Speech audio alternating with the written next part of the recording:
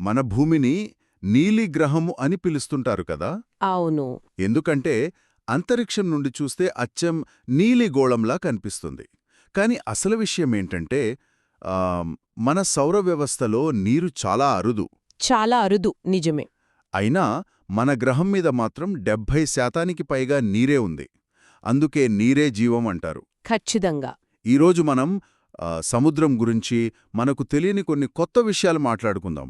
అలల కింద నీలిరంగు లోపల దాగి ఉన్న రహస్య ప్రపంచంలోకి ఒక్కసారి తొంగి చూద్దాం. తప్పకుండా.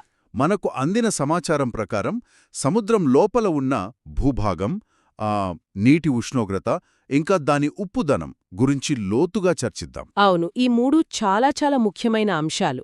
ఎందుకంటే సముద్రం పైకి మనకు ప్రశాంతంగా కనిపించినా లోపల ఒక పెద్ద ప్రపంచమే నడుస్తూ ఉంటుందన్నమాట. ఓకే. అంటే మొదటగా ఆ సముద్రం అడుగున ఉన్న నేల ఎలా ఉంటుందో చూద్దాం. సరే. తర్వాత నీటి ఉష్ణోగ్రత లోతుకు వెళ్లే కొద్దీ ఎలా మారుతుందో, చివరిగా ఆ నీటిలో ఉప్పు శాతం వెనుక ఉన్న రహస్యాలు ఏమిటో తెలుసుకుందాం. ఈ విషయాలన్నీ మన వాతావరణాన్ని, సముద్ర జీవులను ఎలా ప్రభావితం చేస్తాయా అర్థం చేసుకోవచ్చు కదా. సరిగ్గా అదే. చాలా బావుంది.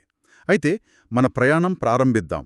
చాలామంది సముద్రం అడుగున అంతా ఫ్లాట్గా, చదునుగా ఉంటుందని అనుకుంటారు. నేను చిన్నప్పుడు కూడా అలాగే అనుకునేవాణ్ణి. అవును, చాలామంది అలాగే అనుకుంటారు. కానీ అది నిజం కాదట కదా. అస్సలు కాదు. నిజానికి భూమి మీద కన్నా ఎత్తైన పర్వతాలు, లోతైన లోయలు సముద్ర గర్భంలో ఉన్నాయి. అవునా? కొన్ని కోట్ల సంవత్సరాలుగా జరుగుతున్న టెక్టానిక్ ప్లేట్ల కదలికలు, అగ్నిపర్వతాల విస్ఫోటనాలు, వీటివల్ల సముద్రపు అడుగుభాగం చాలా ఎత్తుపల్లాలతో, రకరకాల ఆకారాలతో నిండుంటుంది. ఓకే. శాస్త్రవేత్తలు దీన్ని సులభంగా అర్థం చేసుకోవడానికి ఒక 4 ప్రధాన భాగాలుగా విభజించారు. ఓకే, ఆ 4 భాగాలేంటి? మొదటిది ఖండాంతర తీర ప్రాంతం, అంటే కాంటినెంటల్ షెల్ఫ్. ఇది ప్రతి ఖండానికి కొనసాగింపుగా సముద్రంలో మునిగి ఉన్న అంచులాంటిది. మనం బీచ్ నుండి సముద్రంలోకి నడుచుకుంటూ వెళ్తాం కదా. అవునవును. అలా కొన్ని కిలోమీటర్ల దూరం వరకు లోతు చాలా నెమ్మదిగా పెరుగుతుంది. ఆ ప్రాంతమే ఇది. దీని సగటు వెడల్పు 80 కిలోమీటర్ల వరకు ఉంటుంది. ఒక్క నిమిషం, 80 కిలోమీటర్లా?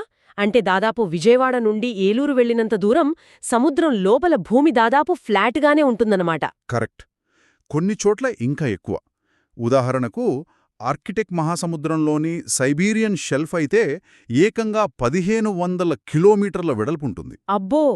ప్రపంచంలోనే అతిపెద్దది అదే. నదులు, మంచు పర్వతాలు కొట్టుకురావడం వల్ల ఇక్కడంతా మట్టి, ఇసుక వంటి అవక్షేపాలు పేరుకుపోయి ఉంటాయి. అంటే ఈ కాంటినెంటల్ షెల్ఫ్ మనకు చాలా ముఖ్యమన్నమాట. ఎందుకంటే ప్రపంచంలోని 90% చేపలు ఇక్కడే దొరుకుతాయి. నిజమే. మన చమురు, గ్యాస్ నిల్వలు చాలా వరకు ఇక్కడే ఉన్నాయి. అందుకే దేశాల మధ్య సముద్ర సరిహద్దుల గొడవలు ఎక్కువగా ఈ ప్రాంతం కోసమే జరుగుతాయి. ఖచ్చితంగా, మీరన్నది నిజం. ఇక రెండవ భాగానికి వస్తే అది ఖండాంతర వాలు లేదా కాంటినెంటల్ స్లోప్.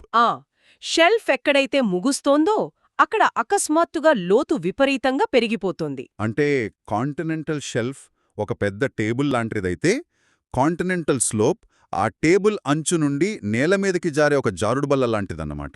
అద్భుతం. చాలా మంచి పోలిక. సరిగ్గా అలాంటిదే. ఇక్కడ వాలు 2 నుండి 5 డిగ్రీల కోణంలో చాలా నిటారుగా ఉంటుంది. ఓ! లోతు 200 మీటర్ల నుండి ఒక్కసారిగా 3000 మీటర్ల వరకు వెళ్ళిపోతుంది. ఈ ప్రాంతంలో మన గ్రాండ్ క్యానియన్ లాంటి పెద్ద పెద్ద లోయలు, కందకాలు ఉంటాయి. వావ్! మరి ఆ జారుడుబల్ల దిగాకేముంటుంది? అక్కడ మూడవ భాగం, లోతైన సముద్ర మైదానం ఉంటుంది. దీన్నే డీప్ సీ ప్లేన్ లేదా అబిసల్ ప్లేన్ అంటారు. ఓకే. ఇవి సముద్రం బేసిన్లలోని విశాలమైన మైదానాలు. ఆశ్చర్యకరంగా ప్రపంచంలోనే అత్యంత చదునైన, నునుపైన ప్రాంతాలు ఇవి. చిత్రంగా ఉంది. భూమి మీద కాకుండా సముద్రం కింద ఉన్నాయా అత్యంత చదునైన ప్రాంతాలు? అసలు అంత నునుపుగా ఎలా మారాయి? ఎందుకంటే పైన ఉన్న నీటి పొరల నుండి బంకమన్ను, సిల్ట్ వంటి చాలా సన్నటి రేణువులు నెమ్మదిగా కిందకు చేరి కొన్ని లక్షల సంవత్సరాలుగా పేరుకుపోయి అక్కడున్న ఎత్తూపల్లాలన్నిటినీ కప్పేసి ఒక మందపాటి దుప్పటిలా ఏర్పడ్డాయి. అందుకే అంత నునుపుగా ఉంటాయి. అవును. వీటి లోతు 3000 నుండి 6000 మీటర్ల వరకు ఉంటుంది. ఓకే. ఇక 4వది బహుశా అత్యంత ఆసక్తికరమైనదే అనుకుంటా, అగాధాలు. అవును, సముద్రపు అగాధాలు లేదా కందకాలు, వీటినే ఓషానిక్ ట్రెంచెస్ అంటారు. ఇవి మహాసముద్రాలలో అత్యంత లోతైన ప్రదేశాలు. మరియానా ట్రెంచ్ లాంటివి? సరిగ్గా. ఇవి చాలా ఇరుకుగా, నిటారుగా ఉండే అంచులతో ఉంటాయి. చుట్టుపక్కల నేల కంటే ఇవి 3 నుండి 5 కిలోమీటర్లు అదనంగా లోతులో ఉంటాయి. అంటే దాదాపు ఎవరెస్ట్ పర్వతాన్ని తలక్రిందులుగా పెడితే ఎంత లోతుంటుందో అంత లోతులో ఉంటాయన్నమాట. ఖచ్చితంగా చెప్పారు. భూమి యొక్క టెక్టోనిక్ ప్లేట్లు ఒకదానికొకటి ఢీకొని ఒక ప్లేట్ కిందకు మరొకటి చొచ్చుకుపోయినప్పుడు ఇవి ఏర్పడతాయి. అందుకే ఈ ప్రాంతాలలో ఆ, భూకంపాలు, అగ్నిపర్వతాలు ఎక్కువ. అవును, చాలా ఎక్కువ. ఇప్పటివరకు 57 అగాధాలను కనుగొన్నారు. వాటిలో సగానికి పైగా పసిఫిక్ మహాసముద్రంలోనే ఉన్నాయి. అందుకే ఆ ప్రాంతాన్ని రింగ్ ఆఫ్ ఫైర్ అని పిలుస్తారు. అద్భుతం. ఈ 4 ప్రధాన విభాగాలే కాకుండా కొన్ని చిన్న నిర్మాణాలు కూడా ఉన్నాయని మన సోర్సెస్లో ఉంది. వాటి గురించి కూడా కొంచెం వివరిస్తారా? తప్పకుండా. వీటిలో ముఖ్యమైనది మధ్య సముద్రపు పర్వత శ్రేణులు, అంటే మిడ్ ఓషియానిక్ రిడ్జెస్. ఇది ఒకదానికొకటి సమాంతరంగా ఉండే 2 పర్వత గొలుసుల నిర్మాణమన్నమాట. ఓకే. భూమి లోపలి మ్యాగ్మా పైకి రావడం వల్ల ఇవి ఏర్పడతాయి.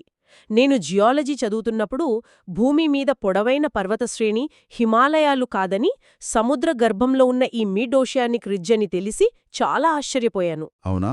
ఇది దాదాపు 65,000 కిలోమీటర్లుంటుంది. కొన్ని శిఖరాలు నీటి పైకి కూడా వస్తాయి. అంటే మనం మ్యాప్లో చూసే ఐస్లాండ్ దేశం నిజానికి సముద్ర గర్భంలోనే ఒక పర్వత శిఖరం అన్నమాట. నమ్మలేకపోతున్నాను. అవును, అది మిడ్ అట్లాంటిక్ రిడ్జ్లో ఒక భాగం.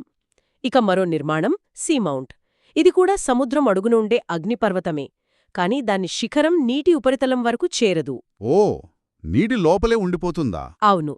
అలాగే గయోట్ అనేది సపాటిమైన శిఖరమున్న సీమౌంట్.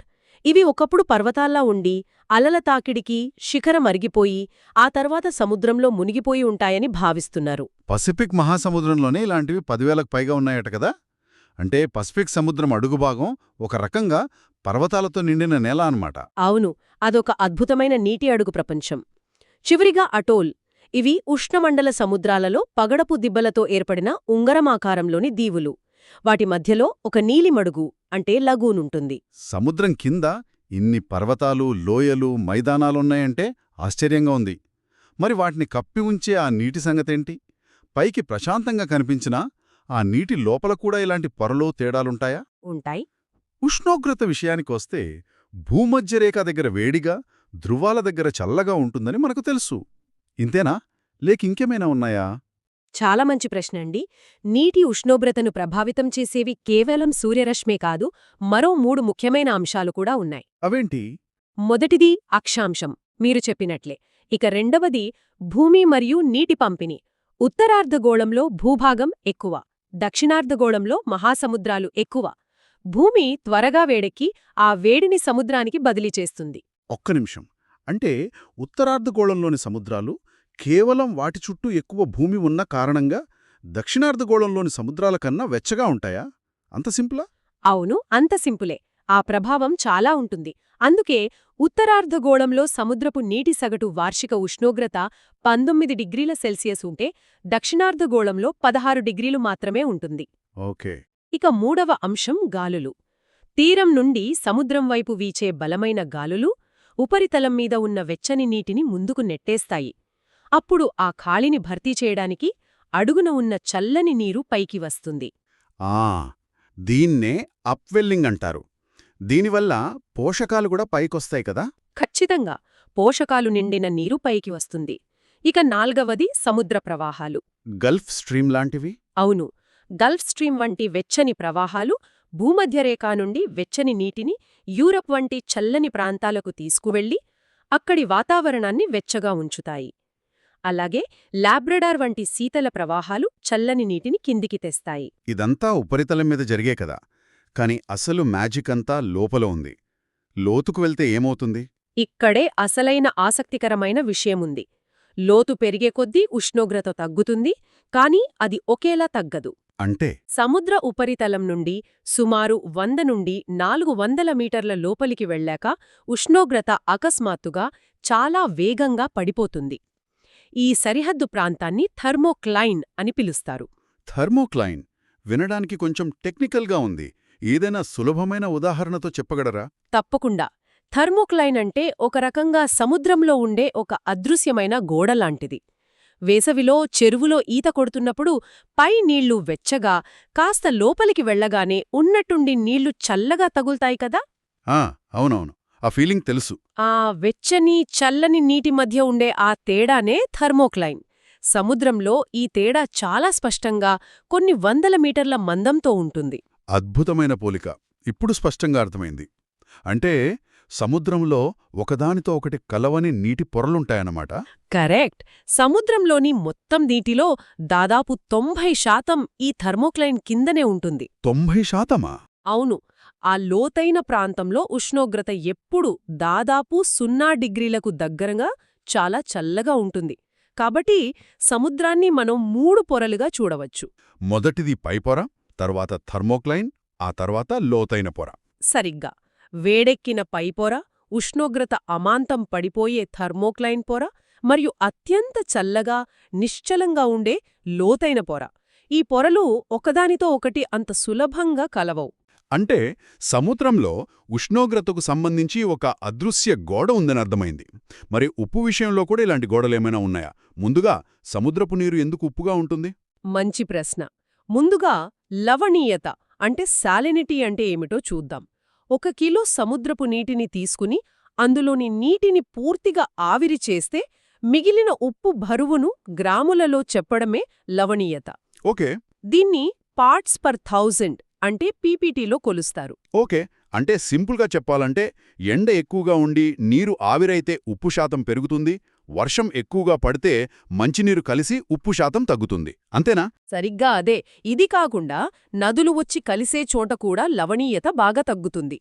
గంగా, అమెజాన్ వంటి పెద్ద నదులు సముద్రంలో కలిసే ముఖద్వారాల దగ్గర నీరు దాదాపు తాగేంత తియ్యగా ఉంటుంది. అవునా? ఇక గాలులు, సముద్ర ప్రవాహాలు కూడా ఎక్కువ ఉప్పున్న నీటిని తక్కువ ఉప్పున్న ప్రాంతాలకు, తక్కువ ఉప్పున్న నీటిని ఎక్కువ ఉప్పున్న ప్రాంతాలకు తరలిస్తూ ఒక బ్యాలెన్స్ సృష్టిస్తాయి. అంటే ప్రదేశాన్ని బట్టి ఉప్పు శాతంలో చాలా తేడాలుంటాయన్నమాట. మన దగ్గర కొన్ని ఆసక్తికరమైన ఉదాహరణలున్నాయి గదా? ఉన్నాయి. సాధారణంగా మహాసముద్రాల సగటు లవణీయతో 35 పీపీటీ, అంటే 1 కిలో నీటిలో 35 గ్రాముల ఉప్పు. సరే. కాని చుట్టూ భూభాగముండి ఎడారి ప్రాంతంలో ఉన్న ఎర్ర సముద్రంలో బాష్పీభవనం చాలా ఎక్కువ. అందుకే అక్కడ లవణీయత 41 పీపీటీ వరకు ఉంటుంది. ఓ. మరోవైపు నల్ల సముద్రంలోకి డాన్యూబ్ వంటి ఎన్నో పెద్ద నదులు వచ్చి చేరడం వల్ల అక్కడ లవణీయత 17-18 పీపీటీ మాత్రమే ఉంటుంది. మరి ప్రపంచంలో అత్యధిక లవణీయత ఎక్కడుంటుంది? మనం విన్న మృత సముద్రంలోనా? మృత సముద్రం కన్నా ఎక్కువ లవణీయత ఉన్న ప్రదేశం మరొకటి ఉంది. అది టర్కీలోని వాన్ సరస్సు. వాన్ సరస్సా? అవును. అక్కడ లవణీయత ఏకంగా 330 పీపీటీ, అంటే 1 కిలో నీటిలో 330 గ్రాముల ఉప్పు. మృత సముద్రంలో ఇది 238 పీపీటీ. అందుకే అక్కడ మనుషులు మునగకుండా తేలుతారు. మన హిందూ మహాసముద్రంలో కూడా తేడాలున్నాయి కదా? బంగాళాఖాతం, అరేబియా సముద్రం మధ్య ఉన్నాయి. బంగాళాఖాతంలోకి గంగా, బ్రహ్మపుత్ర వంటి నదులు చేరడం వల్ల లవణీయత తక్కువగా ఉంటుంది. కాని అరేబియా సముద్రంలో బాష్పీభవనం ఎక్కువ, నదులు తక్కువ. కాబట్టి అక్కడ లవణీయత ఎక్కువ. ఇప్పుడు అసలు ప్రశ్నకొద్దాం. ఉష్ణోగ్రతలాగే లోతుకు వెళ్లే కొద్దీ లవణీయతలో కూడా పొరలుంటాయా? అవును, ఖచ్చితంగా ఉంటాయి. లోతు పెరిగే కొద్దీ లవణీయత కూడా సాధారణంగా పెరుగుతుంది. లవణీయత చాలా వేగంగా పెరిగే ఒక నిర్దిష్ట మండలాన్ని హాలోక్లైన్ అని పిలుస్తారు. హాలోక్లైన్ అంటే ఇది సాల్ట్ క్లైన్ లాంటిది. థర్మోక్లైన్ ఏమో టెంపరేచర్ క్లైన్ లాంటిది. ఇదొక మరో అదృశ్య గోడ అన్నమాట. కరెక్ట్. ఇది ఎలా ఏర్పడుతుంది? కాబట్టి అది బరువుగా ఉండి కిందకు మునిగిపోతుంది. తక్కువ ఉప్పున్న నీరు తేలికగా ఉండి పైన తేలుతుంది. ఓకే. ఈ తేడా వల్ల నీటిలో పొరలు ఏర్పడతాయి.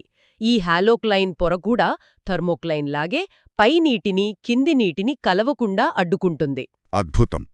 ఈరోజు మనం సముద్రాల గురించి ఎన్నో తెలియని విషయాలు తెలుసుకున్నాం. సముద్రపు అడుగు భాగం సపాటంగా కాకుండా మన భూమి మీద ఉన్నట్లే పర్వతాలు, లోయలతో నిండిన ఒక డైనమిక్ ప్రపంచమని అర్థమైంది. అవును.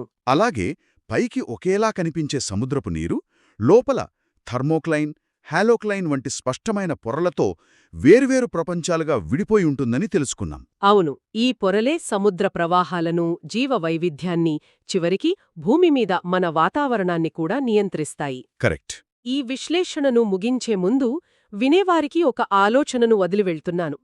మనం ఇప్పుడు తెలుసుకున్నట్లుగా సముద్ర గర్భంలోని లోతైన పొరలు అంటే థర్మోక్లైన్ కింద ఉన్న ప్రాంతాలు చాలా స్థిరంగా వందల వేల సంవత్సరాలుగా పెద్దగా మార్పు లేకుండా ఉన్నాయి. ఇది చాలా ముఖ్యమైన ప్రశ్న.